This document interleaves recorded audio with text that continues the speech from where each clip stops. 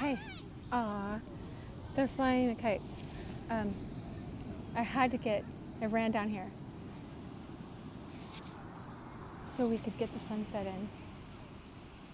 Oh, I'm not meant to put kids in the video. They weren't there a second ago.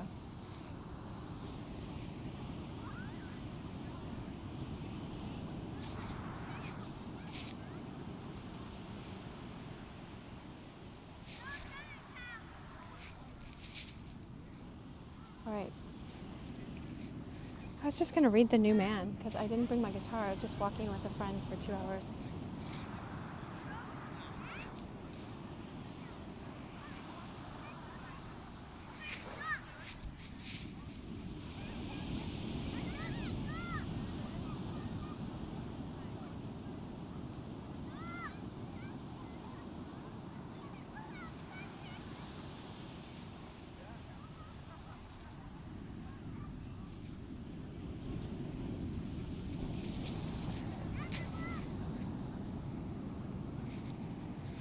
I'll just set you guys down while I put my sweatshirt on and stuff. Here. Ah, plant.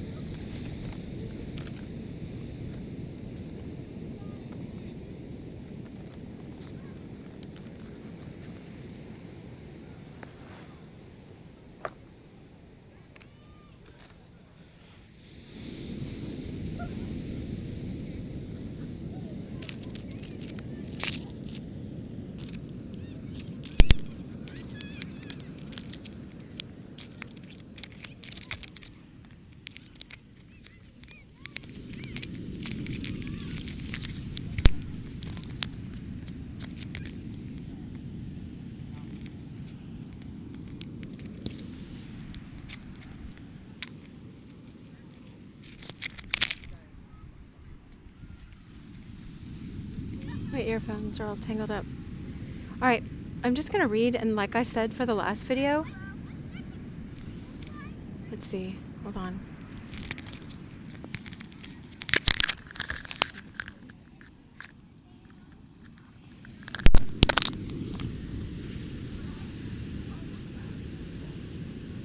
Oh my gosh,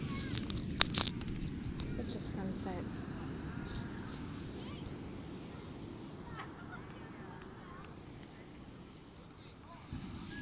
The waves are just huge right now.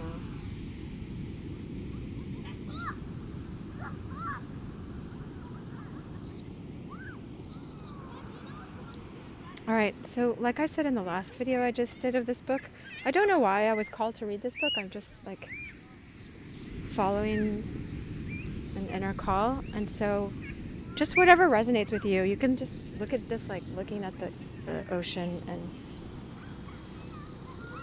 if anything resonates in you, then take it. If not, leave it.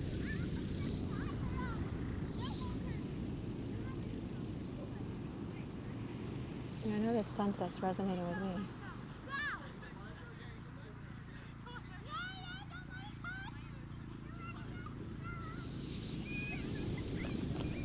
All right.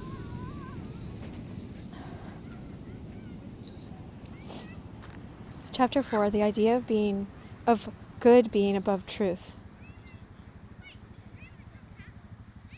Hold on, I'm staring at the sun. You guys can see the waves.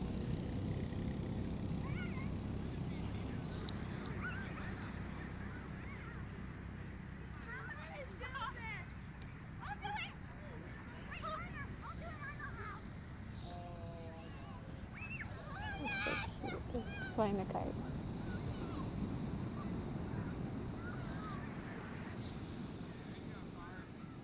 You just can't beat this. Like, who cares what I'm reading?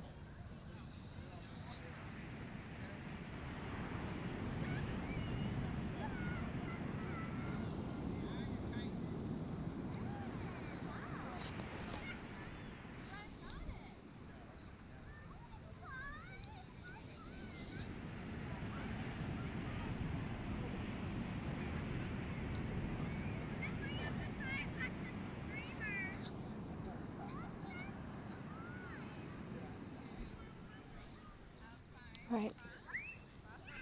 I don't know if we're at the edge of the sunset. I'll just start reading. The idea of good being above truth. Part 1. On several occasions, it's recorded in the Gospels that Christ offended the Pharisees. We're reading The New Man. It'll say it on the title. By Maurice Nicoll. And it's a free domain because he lived over 100 years ago. So really, we're having a reason to watch the sunset. Oh, those guys were playing that ball game. Everyone brings out these little mini trampoline things and plays.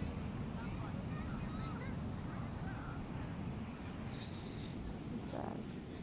All right.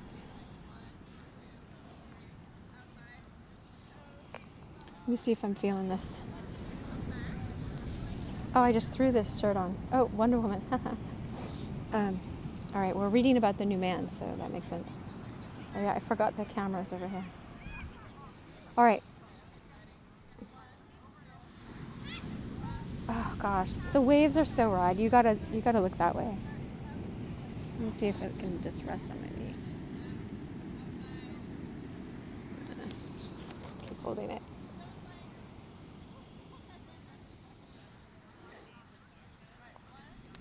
On several occasions, it's recorded in the Gospels that Christ offended the Pharisees by breaking the Sabbath day.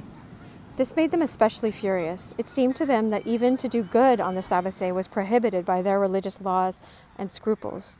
The term Pharisee refers to the inner state of a man who acts only from external laws. Oh my gosh, if you ever play Dungeons and Dragons, it's the lawful good class. I know I'm a little nerd in this area. But it's like you just follow the rules and there's no spirit in you. That's a spirit of love, of understanding.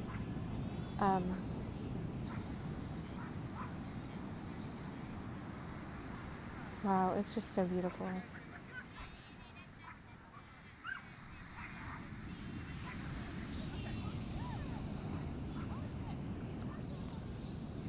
There's little kids passing.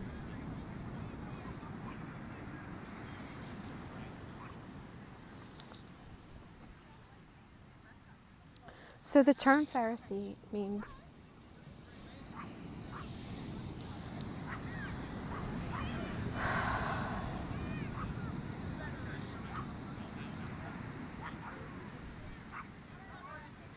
the inner state of a man who acts only from external laws and prohibitions for the sake of appearances and from feeling merit. Like it's an ego form of spirituality because you feel like, oh, I'm following these rules, feels merit in keeping them, in contrast with that of a man who acts genuinely from what is actually good. You can act from the good and learn what that is and seek to practice. I know people that practice doing the good.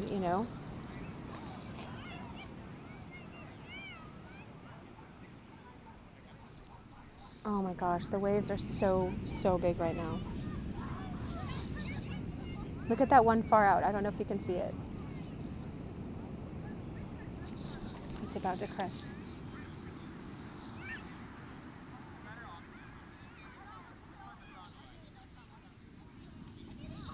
Oh, I can't zoom in. It's amazing. This ocean where I am right now, this beach, has really big waves, and the surfers are to the left over there, and I can't see them from here. Well, one. Oh my gosh. Just want to go in. I wish this was waterproof. We'd go in right now. Like, all right. I really think I would. Okay, so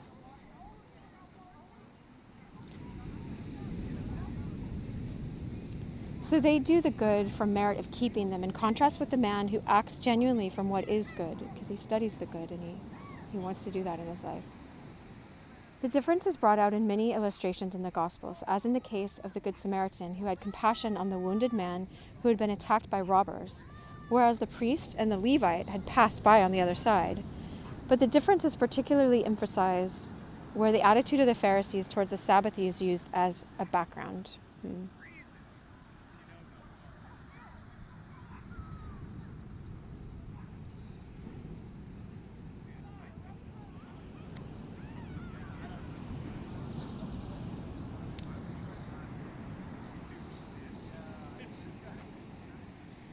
I'm happy inside, all the time. Just how's that feeling, you know?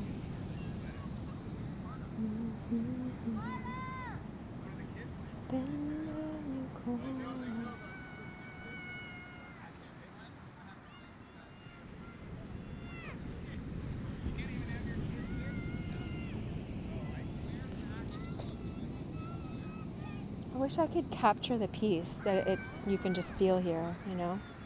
Maybe it's just in my heart, and I resonate with the surrounding because it's here too.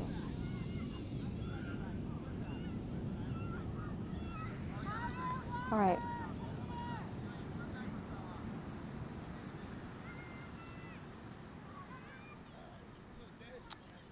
On one occasion in the synagogue, Christ healed a man with a withered right hand on the Sabbath. I hope he says what the right hand means. It's like your giving hand and left is receiving. We'll see what he says. I'm like telling the joke before it gets there, the punchline.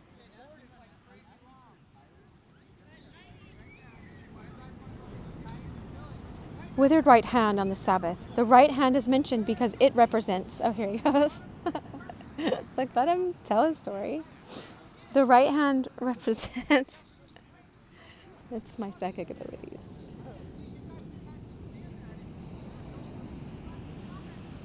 Sweet guys. The right hand is mentioned because it represents in the ancient language of the parables power to do, and so power to do good. The image is used to represent the Pharisees themselves. Their power of doing good was withered, you see, because it was only for their ego purposes. And when you're doing good for ego purposes, it's not from this deep, sincere place. So that's why, like, some people are all religious and, you know, go to church and stuff, but they don't have this internal depth. And some people go and they have both. Some people have never set foot in a church and they have this deep understanding of the good and they do it. You guys know that.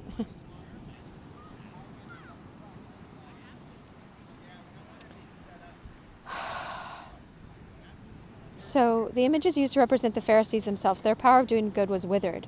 Before Christ healed the man, he looked around and said to all those present, I ask you, is it lawful on the Sabbath to do good? The attitude of the Pharisees was that the religious laws must be kept literally. Notice that Christ here is not speaking of truth, but of good. Which is to come first? The quotation from Luke is as follows. Sorry, I'm thinking of like 9 different things while I'm reading this about what he's saying. You know, it's bringing up all these images about what we think is the good and what's the true good and what's the inner, the real deep meaning of what the good is. Because I was reading something from Evelyn Underhill today, a Christian mystic woman. She's amazing. She like advised C.S. Lewis that his view of God was too tame. So then he created Aslan the lion, you know. She's like, God is a lot more wild than you're representing him in his book so far.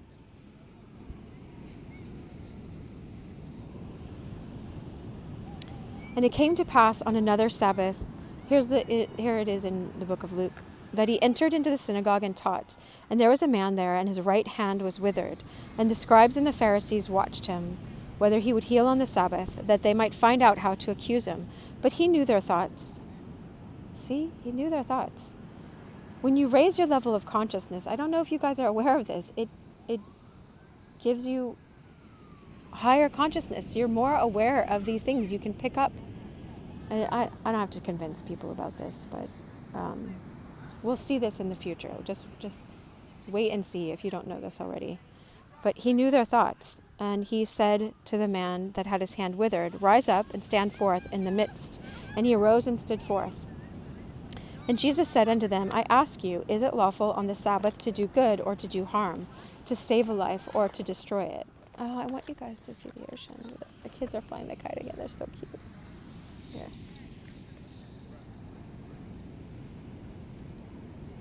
It's just lovely to watch the waves. I wish I would have picked a place with a higher plant. Could put you on a rock again. I can rest my arm for a little bit. There, and so, oh my gosh.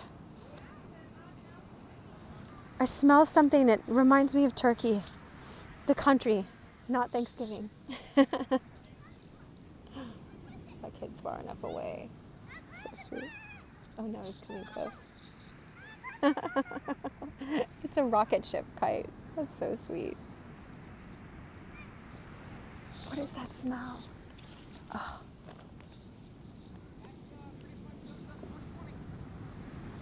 What a beautiful evening. Not to just state the obvious. My friend had a meeting. I'd have them come back. Oh my gosh. Oh, that's just a dog. I felt like a coyote from my woods just showed up. I saw a coyote yesterday and I thought it was a baby deer. Like, it was so big. I was on my hiking path. All right.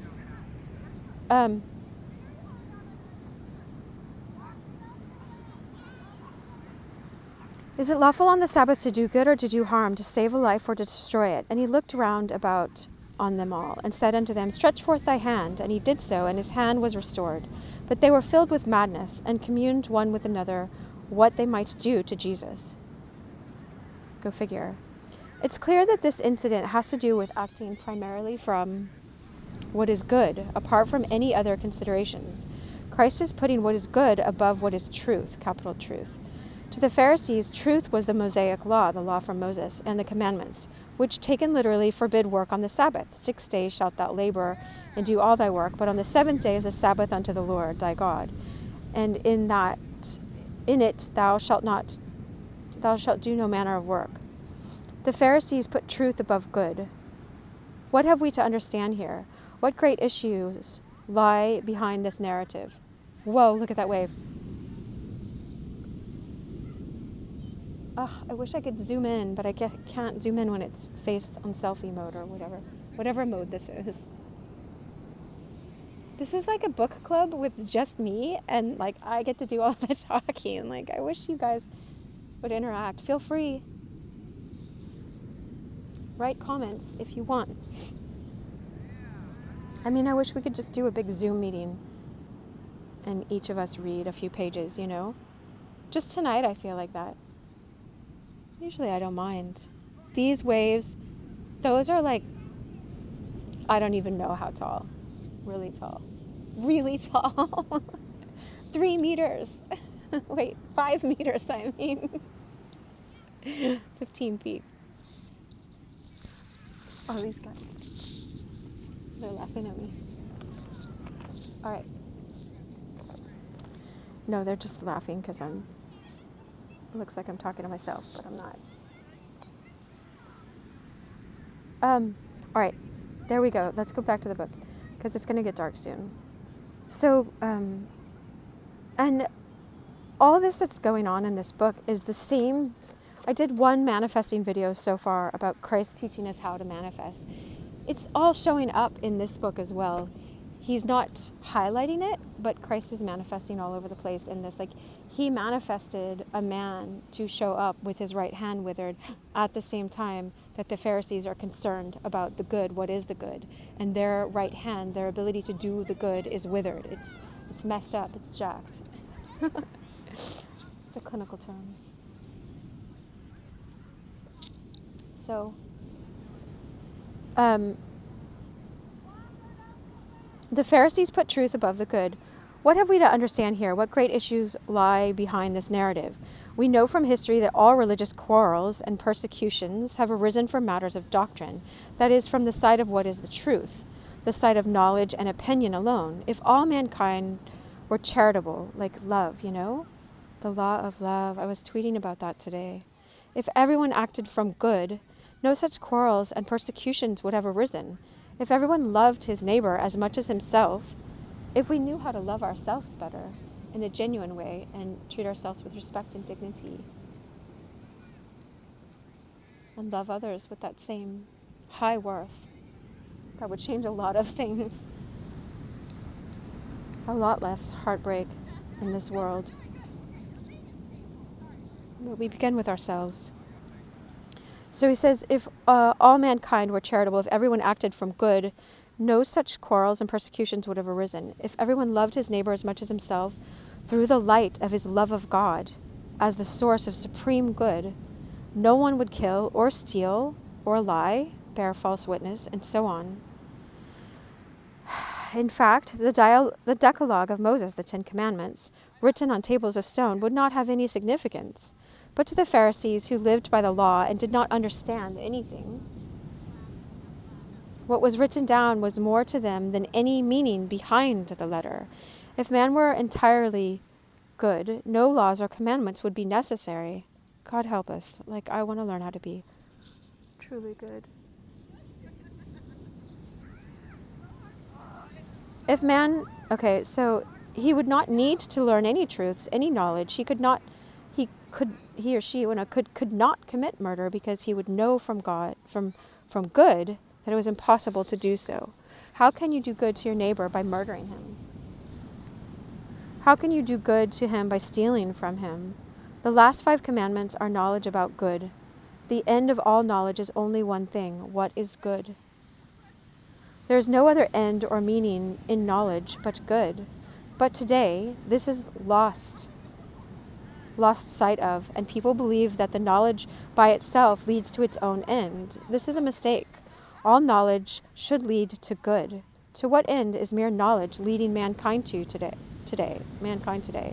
Now, if it is asked, why is truth necessary at all? The answer is that man is not good. That is, his level of good is very low. And there's only one way to rise the level of good. Oh, good. Tell us. I'd like to know that today. See, these words come to us. Maybe they're meant to get us at a certain level, heal us, bring love to us in a certain capacity today. And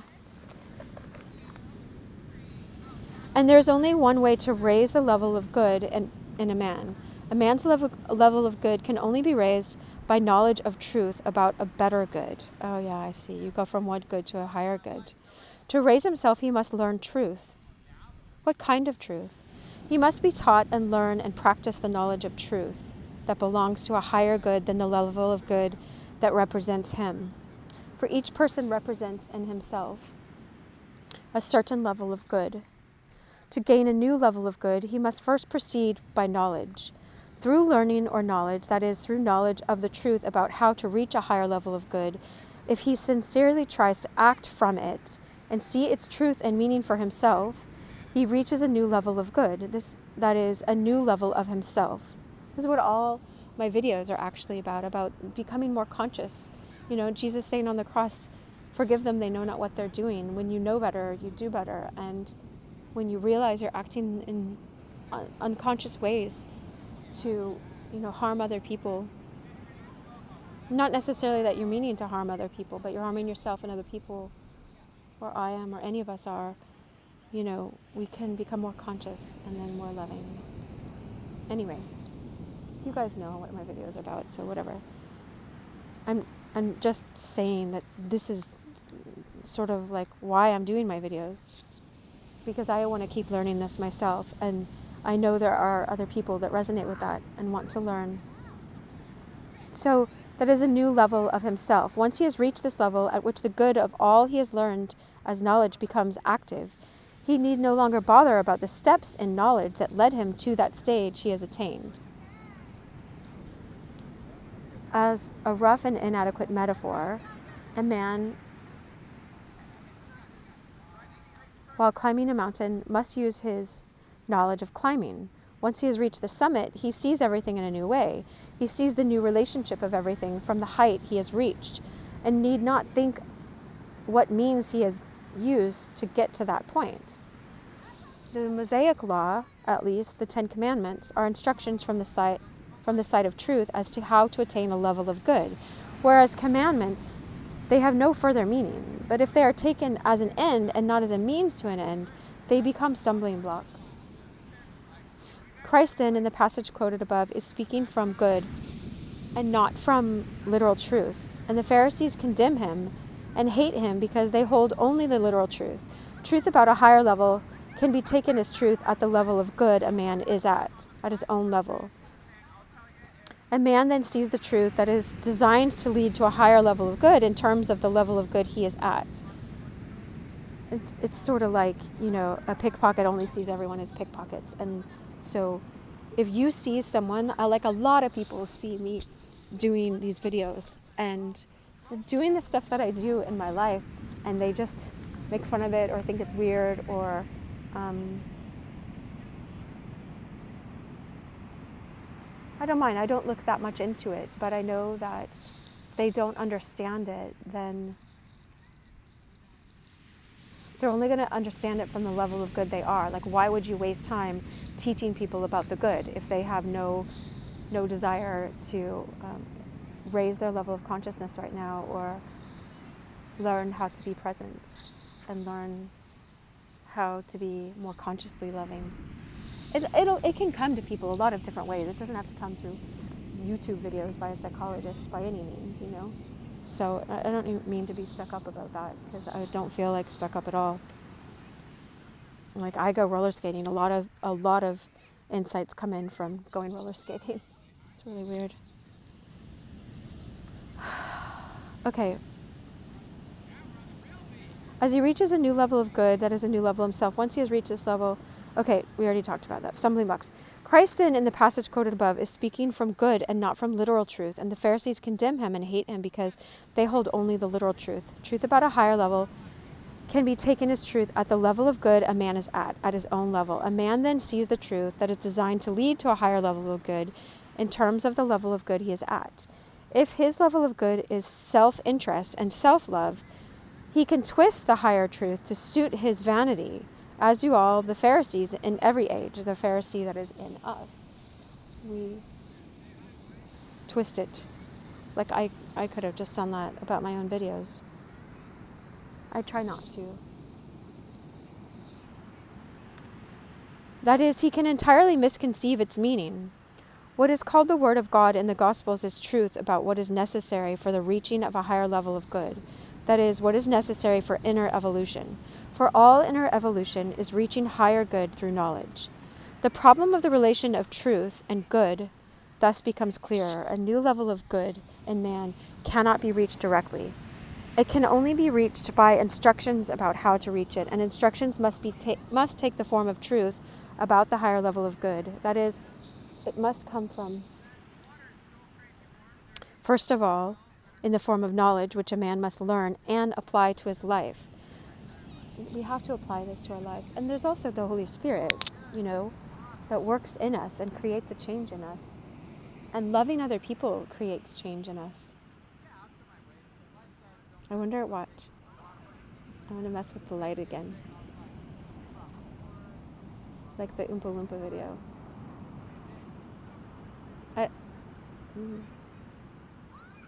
It's not working. Okay, sorry, let's go back to the book. I was just curious, but I can do that on my own time.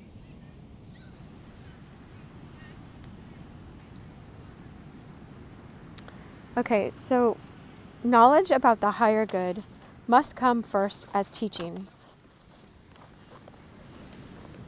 When it has fulfilled its object, when a man, through knowledge of the truth as to how to reach a higher level of good, has reached this new good by trying to live it sincerely by his own inner efforts, then this truth or knowledge, which came first, is replaced by the resulting good itself.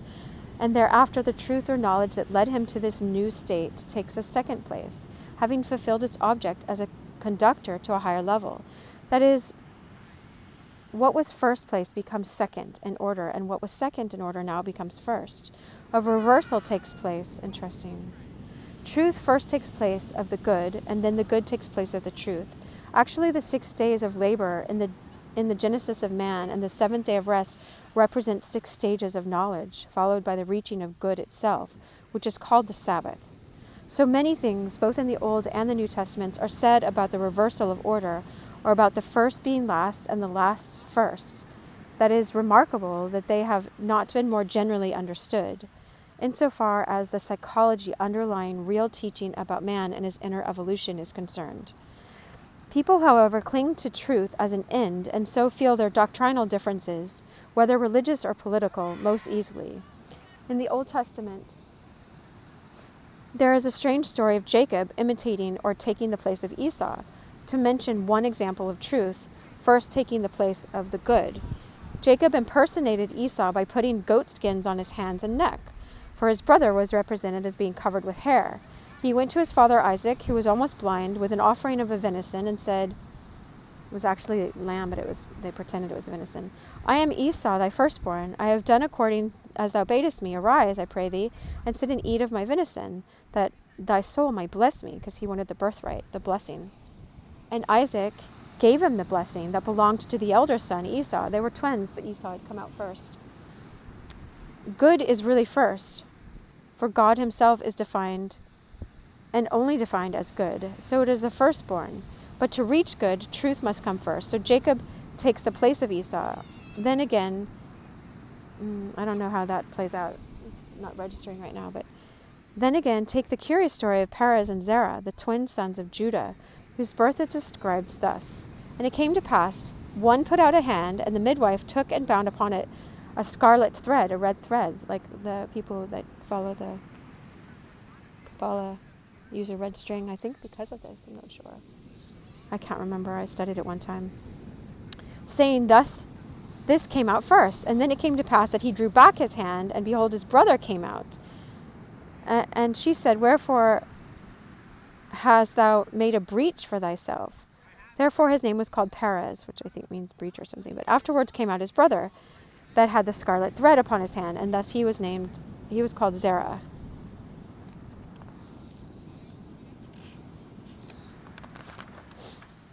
Why should this be recorded unless it has some deeper meaning? Again, there is the strange story of Manasseh, the firstborn, and Ephraim, the secondborn, and the twin children of Joseph, who were brought to Jacob to be blessed. And Joseph took them both, Ephraim, I remember this, Ephraim in his right hand towards Isaac left hand, and Manasseh in his left hand towards Isaac right hand. He put them in the right order, Joseph did, so that his right hand would bless his older one, but Israel stretched out his right hand and laid it upon, he crossed his hands, and laid it upon Ephraim's head, who was the younger, and the left hand on Manasseh's head, guiding his hands wittingly, for Manasseh was the firstborn. Thus Jacob put his hands crosswise, and Joseph said unto his father, not so, my father, this is the firstborn. Put thy right hand upon his head. And his father refused. Here then is a crossing or reversal of hands. If you realize that truth must come first in any inner development, and good come as a result, and that good comes first and truth becomes second, you will grasp one meaning of the crossing of hands. All these allegories refer to the psychological situation of man now on earth in relation to his possible evolution. Man on earth can no longer be taught good directly, but he is still capable of being taught good through the knowledge of truth. Through applying the knowledge of truth, you can know what the true good is. And my friend Elliot Smith, that I often talk about, the movie that he had 6 songs happened to be in, this movie by synchronicity and serendipity and all these things aligning. It was called Good Will Hunting. And so that's what this is all about, is finding the true good and aligning your will with the good and the truth and the knowledge. And so it's amazing. I've just sat and thought about the title of that a lot. Goodwill hunting. If we could all do that, search for the good, the true good, not to be good, like, oh, I'm so good, not like that, but to be aligned with love, because that's what we are inside anyway. These waves are so beautiful.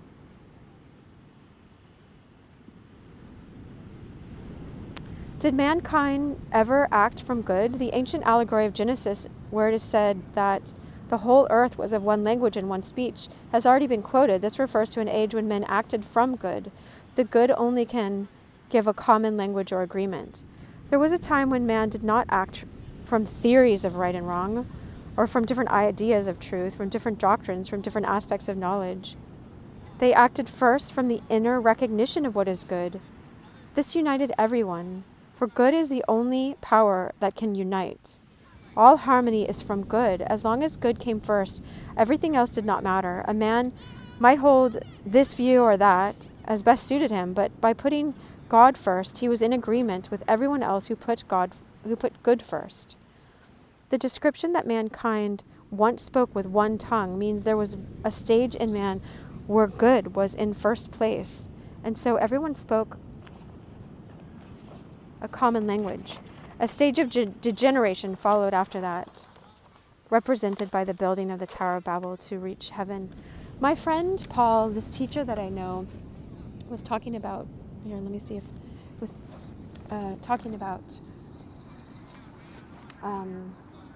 a time in time past where everyone's chakras, all their energy centers were open and integrated.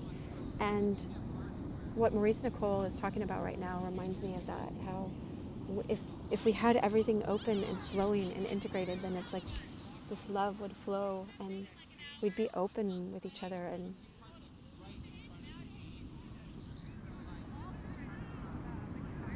maybe we can remember that in our DNA. Maybe we can become more conscious.